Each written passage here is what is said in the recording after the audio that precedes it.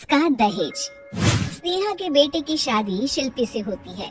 शिल्पी दहेज में हर सामान लेकर आती है जो पहले से ही स्नेहा के घर होता है। ये सामान स्नेहा के पापा ने उसे दिया था। अरे शिल्पी, मेरा टीवी क्यों हटाया? क्यों हटाया मतलब? अरे बड़ा और अपडेटेड टीवी है ये।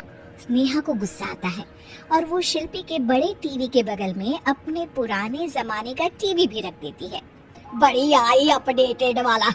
अरे बहुत सारी तेरी जैसी बहुओं को जानती हूँ मैं, जो घर से लाए सामान का रौब दिखाती है। ये ना समझ के हम भिखारी हैं।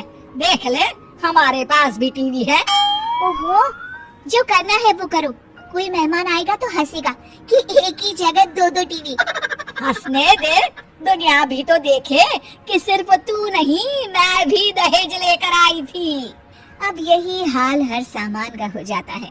ड्राइंग रूम में एक साथ दो तरह के सोफे रखे होते हैं, एक नया आलीशान तो एक पुराना लकड़ी का।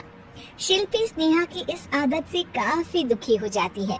एक टीवी पर रामायण चलती है तो बगल की टीवी में फिल्मी गाने, किसी को किसी की आवाज भी सुनाई ना पड़े वैसे। घर के दूसरे सदस्य भी सास बहू की इस आदत से परेशान हो जाते हैं। एक दिन स्नेहा की बहन उसके घर आती है और घर का नजारा देखकर हैरान हो जाती है। कहीं पुरानी फ्रिज के बगल में, कहीं नई फ्रिज, तो कूलर के ठीक ऊपर एसी। अरे स्नेहा, ये तूने घर की क्या हालत बना रखी है? बहू रानी, तू तो नए जमाने की लड़की है, फिर घर को कबाड़ी बाजार सा कैसे सजा रखा है? नया फैशन है क्या? देखिए ना मौसी, माँ जी अपना पुराना सामान निकालना ही नहीं चाहती। वो सोचती है कि उनका ही सामान घर में रहेगा। अरे बहन, तू इस मामले में ना बोल तो ही अच्छा है। मैंने बहुत सी बहुओं को देखा है अपने लाए सामान पर सास को धौंस दिखाते, और मैं भला किसी की धौंस को क्यों सहन करूं? मेरे पास तो सारा सामान है, और वैसे भी क्या कहते हैं, ओल्ड इज गोल्ड। अब क्या था, शिल्पी ये सुनते ही भड़कती है और जोर जोर से चिल्लाने लगती है। वाह माँ जी वाह, जरा अपना सोफा तो देखिए, ऐसा लग रहा है खुदाई से निकला है लकड़ी का। और मेरा सोफा देखिए कैसे लेदर की चमक और गुदगुदा सा है।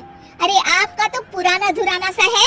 शिल्पी देख, मेरे पिताजी ने जो दिया है वो उनकी निशानी है, उसके बारे में मत बोल। तू तेरा सामान ले जाकर अपने कमरे में रख ले। क्यों क्यों?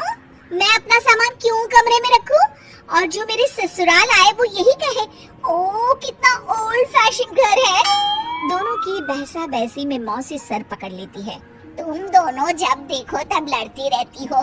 मैं तो चली किचन में बादाम का शरबत बनाने।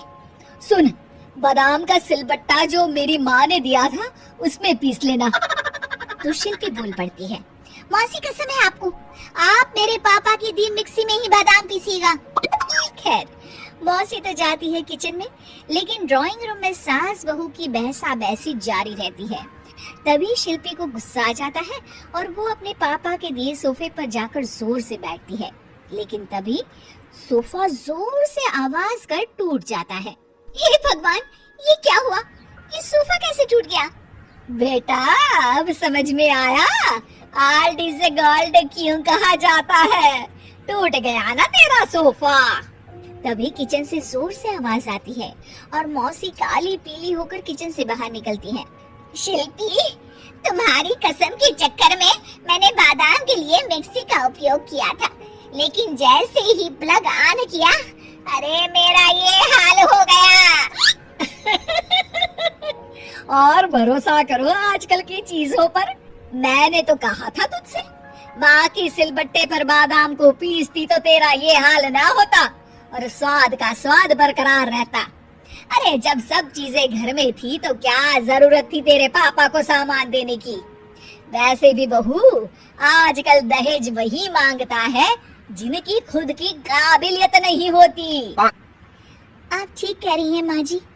मेरे लिए ये सौभाग्य की बात थी कि आप लोगों ने पापा से कोई डिमांड नहीं की थी, लेकिन मैं आपको समझ ही नहीं पाई। मुझे माफ करिए।